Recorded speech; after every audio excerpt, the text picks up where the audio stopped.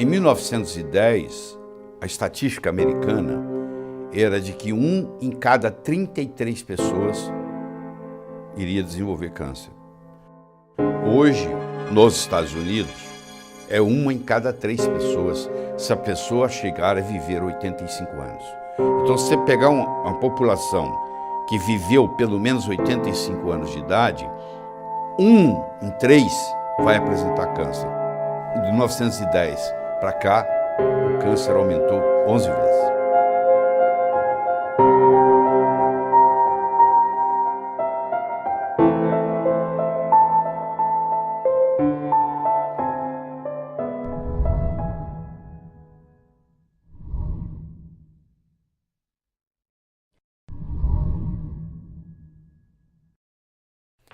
Para a gente começar, até pelos ensinamentos do Senhor, a gente sabe que a doença é sempre uma mensageira, né? Ela sempre vem como uma mensagem de um funcionamento do corpo que não está muito legal. Nesse sentido, o que a gente pode dizer? O que é câncer e qual o recado que ele vem nos dizer? Bom, câncer definido é uma proliferação anormal das células. As células nascem, vivem e morrem. As células cancerosas, cancerígenas, elas têm um problema, nelas não funciona a apoptose, que é a morte natural da célula, que ela morre por apoptose. A célula cancerígena tem um mecanismo onde isso não acontece, e elas se tornam como se fossem eternas, né? Elas vão continuar vivendo. E essa proliferação dissemina, vira um tumor, esse tumor invade os tecidos vizinhos, e chega uma hora que, infelizmente, muitos desses tumores têm a capacidade de migrar. Eles vão para uma outra região do corpo, isso recebe o nome de metástase, eles se colonizam lá, formam uma coisa chamada angiogênese, formam os seus próprios vasos e começam a receber e fazem como se fosse um satélite do câncer original. E o câncer, na realidade, ele é um mensageiro de que alguma coisa está errada com o seu corpo. Por que apareceu o câncer? Primeiro que ele é lento, ele não surge da noite para o dia. Você pode ter um câncer de próstata que leva 20 anos para evoluir nesse processo, porque o câncer todo ele tem um processo, ele tem uma iniciação, ele tem uma promoção, ele tem uma progressão, que nós vamos discutir aqui nessa entrevista, mas esse mensageiro. Então, quando um paciente tem câncer, ele primeiro tem que saber que tem câncer, porque tem gente aqui no Brasil que nem conta para o pai ou para a mãe que estão com câncer. É obrigação o paciente saber, eu acho que isso aí, você não pode esconder isso da pessoa. E é um mensageiro e a pergunta é muito simples. O que está errado comigo? O que está errado onde? O que acontece? Bom, eu disse que eu sou nutrólogo. Pois é, todo câncer tem um aspecto de desnutrição. Aconteceu alguma coisa na parte nutricional que não está funcionando bem. Então, desnutrição está sempre acompanhando qualquer processo de adoecimento, incluindo o câncer. Existe outro processo no câncer, que é o chamado conflito emocional, que é a pessoa, por exemplo, a mulher que tem um divórcio, e aí 6 meses depois ela aparece com câncer de mama. É a pessoa que perdeu alguém na família, entrou no estado de luto, de tristeza e aparece com câncer. Então, sempre existe um componente emocional por trás, que é o chamado conflito emocional. E o câncer tem também um processo de intoxicação, quer dizer, alguma toxina que não deveria estar circulando no meu corpo está circulando, ou um processo de infecção. Existem tipos de câncer que são causados, por exemplo, por vírus. O vírus causa o câncer. Então, os cânceres que pode contaminar. O câncer não é contagioso per se, mas existem cânceres que surgem a partir de uma infecção virótica.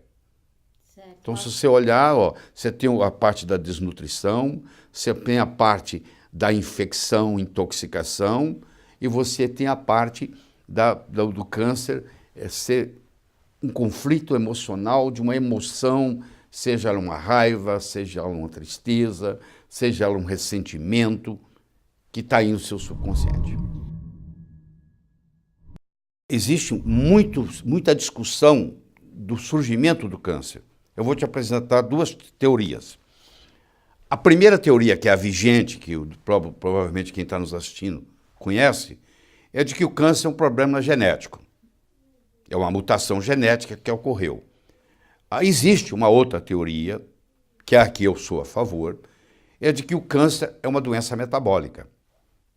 Isso começou em 1924, Otto Warburg, que era um médico alemão, metade judeu, e o Hitler não perseguiu ele porque o Hitler tinha uma fobia de câncer e ele achava que se ele pegasse câncer ia ter o cara lá para cuidar dele.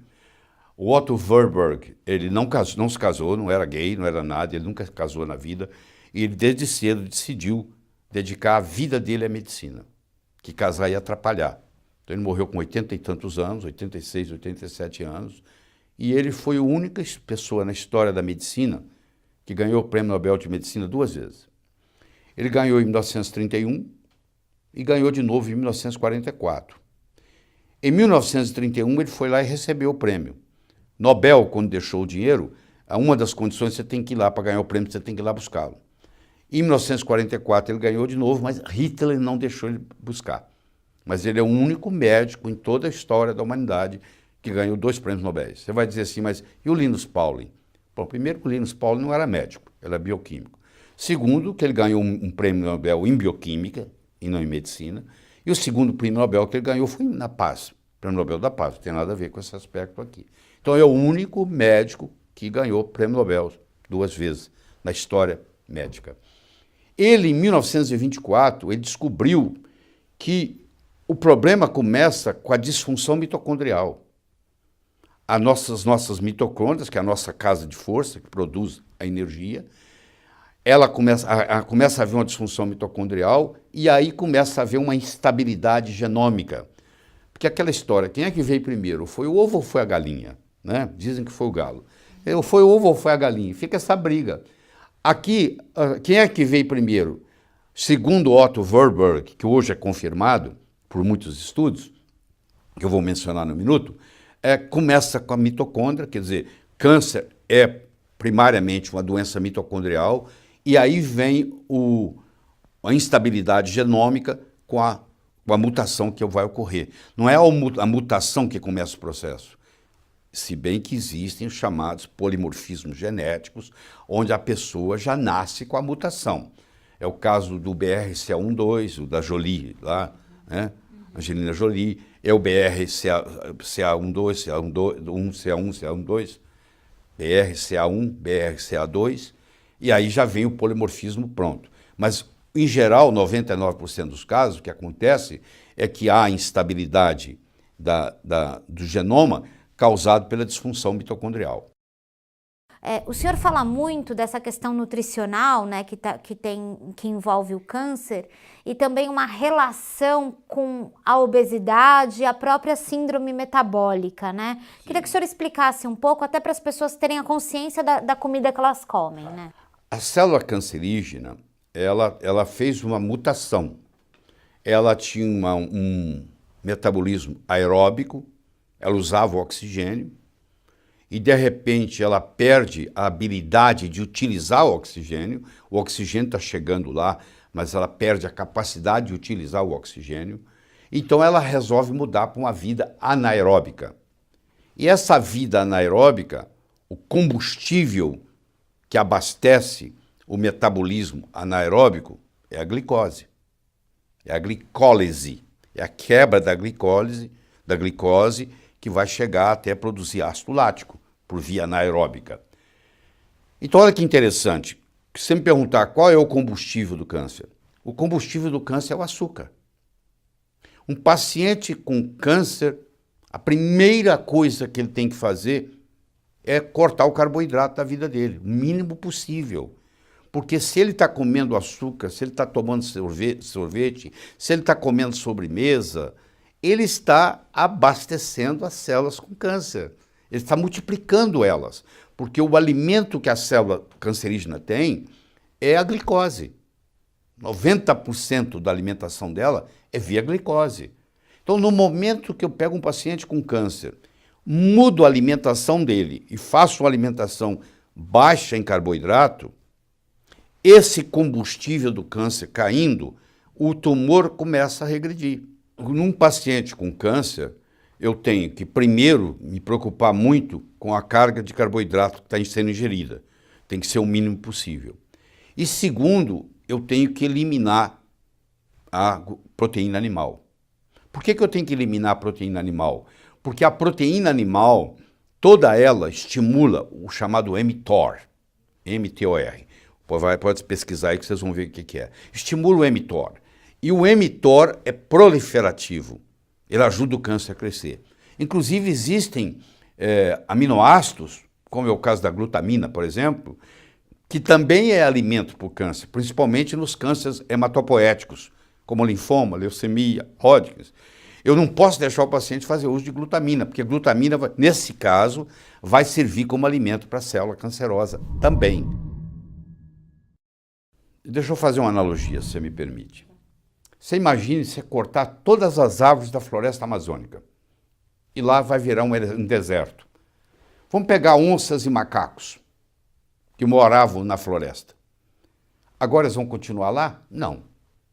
Um macaco precisa de galho em galho para pular. A onça precisa da árvore para subir. Então não tem árvore, virou deserto, os macacos vão embora, as onças vão embora. E os animais de deserto vão chegar. O que aconteceu? Mudou a ecologia. No câncer é a mesma coisa. Você tem um ambiente tumoral, predispõe a tumor. Se eu mudar o ambiente tumoral, mudar o ambiente biológico da pessoa, não tem jeito o câncer ficar lá.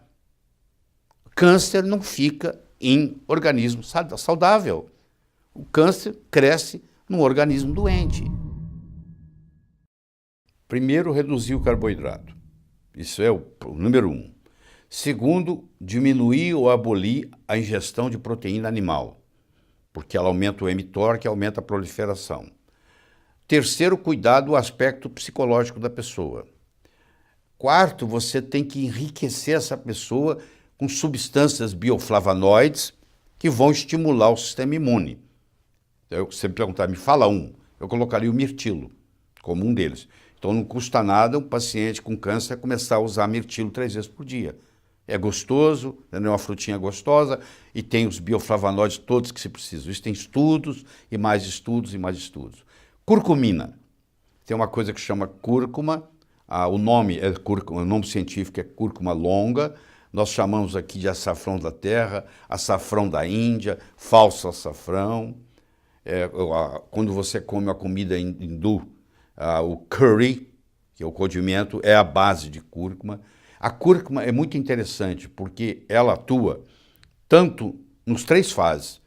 Ela bloqueia a iniciação, bloqueia a promoção e bloqueia a progressão. É muito difícil você encontrar um agente que atue nas 3 fases do câncer.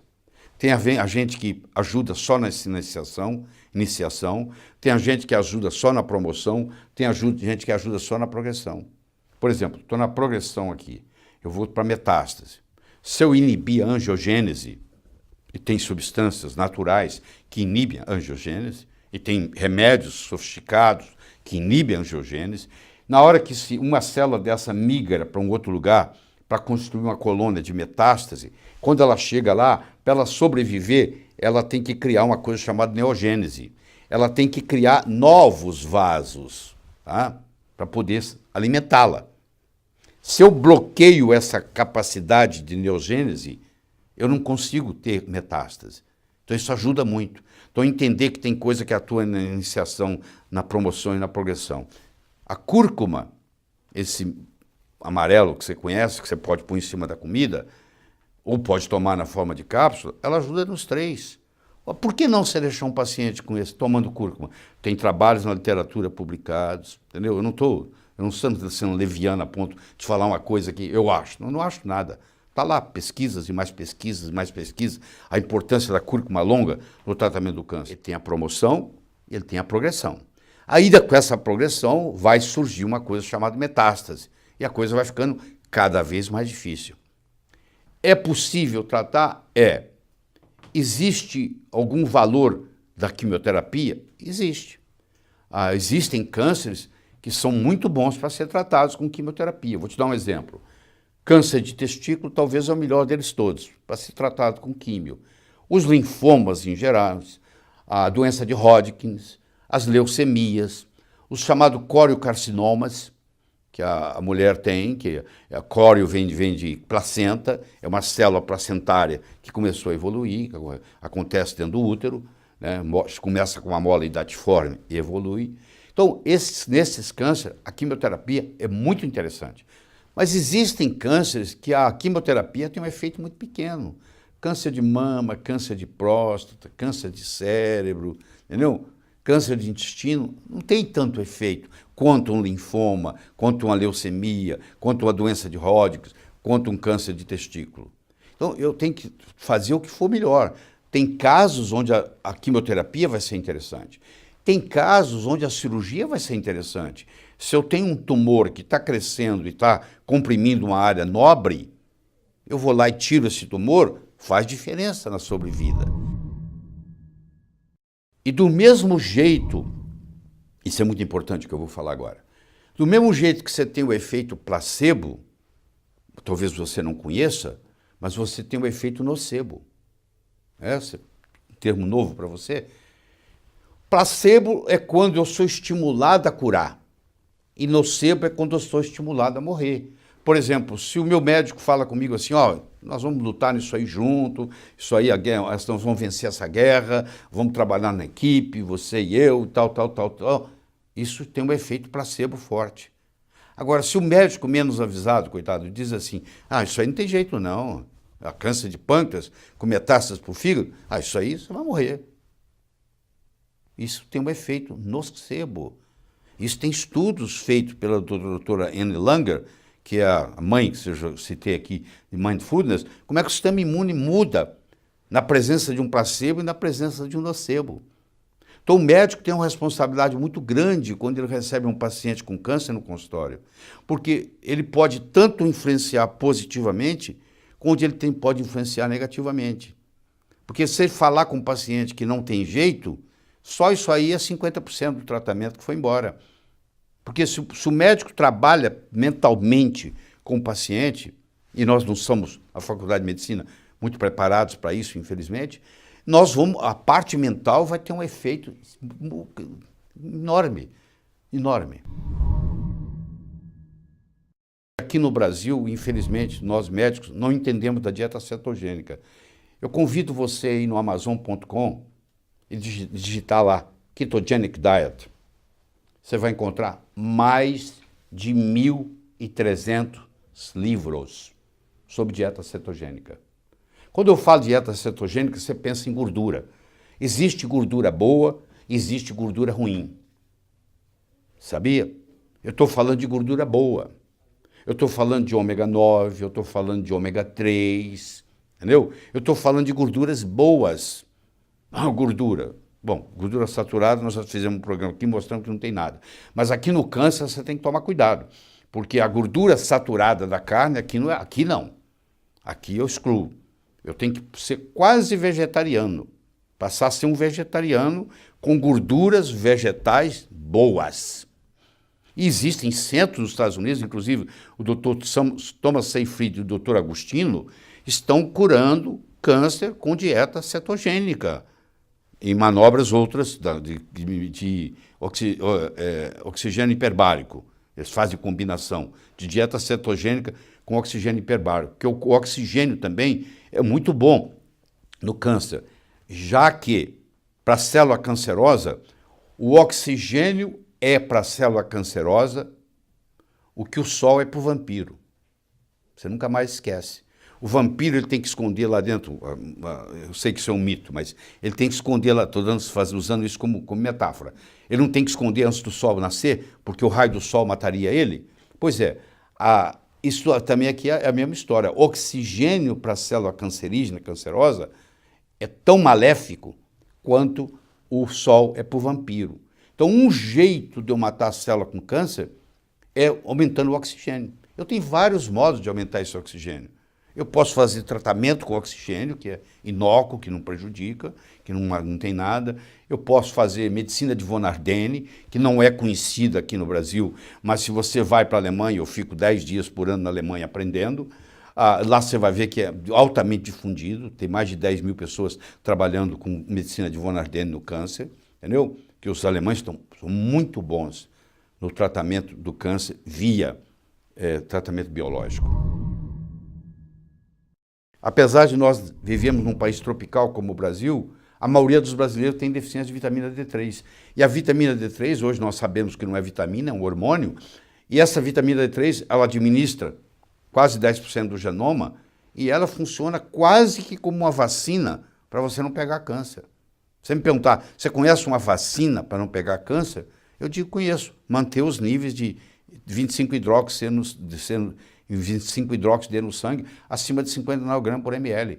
Então, toma sol, 10, 15 minutos por dia. Isso ajuda muito. Eu não estou falando para você ficar no sol o dia inteiro se queimando. Aí você vai ter problema de pele. Eu estou falando para você ficar 10, 15 minutos no sol. Isso vai produzir vitamina D3, que vai contribuir para a prevenção e para o tratamento do câncer.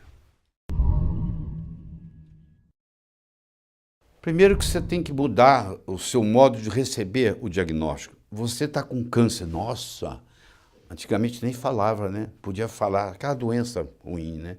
Quer dizer, você recebeu, tá bom, e daí? Você vai combater isso. Do mesmo jeito, você não nasceu com câncer, nasceu? Não. Então, se você não nasceu com ele, você pode se livrar dele. Você tem que ver o que aconteceu. Às vezes é um processo psicológico profundo que está no seu inconsciente, que você nem sabe. Às vezes é um estresse pós-traumático que aconteceu, que você já bloqueou da sua mente consciente, mas está lá, causando mesmo, está te incomodando do mesmo jeito. E muitas vezes você tem que tirar aquele conflito. Então, essa parte psicológica, ter alguém que te ajude, faz uma diferença. Você vai num terapeuta bom, você vai num psicólogo bom, que é capaz de trabalhar essa parte mental sua, porque o médico não é treinado para fazer isso. A questão toda é que se o câncer é um convite para uma reflexão de um estilo de vida, de um padrão alimentar, de uma forma como você se posiciona ao mundo, essa nossa entrevista foi só um primeiro passo para você olhar para o câncer de forma diferente, né, doutor? Isso é a única coisa, a finalidade disso aqui é mostrar que você não está com sentença de morte, só porque você foi diagnosticado câncer, que você agora vai morrer. Isso vai depender muito de você, muito mais do que do médico, muito mais do que dos remédios. Vai depender de você consertar a sua vida, tanto do ponto de vista psicológico, quanto do ponto de vista físico, da sua alimentação, do seu sono, dos seus relacionamentos, de como é que você lida com dinheiro, tudo isso muda. Então, o câncer pode ser uma oportunidade que o universo está lhe dando para você transcender, você mudar totalmente o modo como você percebe o mundo. E, às vezes, passar a valorizar coisas que você não valorizava antes. Que as coisas importantes na vida, dinheiro não compra. Isso eu posso lhe garantir. Então, se eu perguntar para você que está aí nos assistindo, qual o melhor momento da sua vida? Você vai ver que é um momento onde você estava em paz com a natureza, é um momento que você estava se relacionando com alguém que você amava, era um momento de um filho que nasceu, ou você conseguiu passar no vestibular, sei lá o quê. Não tem nada a ver com dinheiro. Você pode encontrar uma lavadeira, ganhando meio salário mínimo, lavando roupa na beira do rio, cantarolando o dia inteiro feliz, e você pode encontrar um multibilionário que está numa mansão e está vivendo no inferno astral. Entendeu? Então isso é que é importante você entender. E a gente tem que descobrir o que nos faz felizes. E a pessoa que vive a nossa felicidade é como se estivesse protegida contra câncer.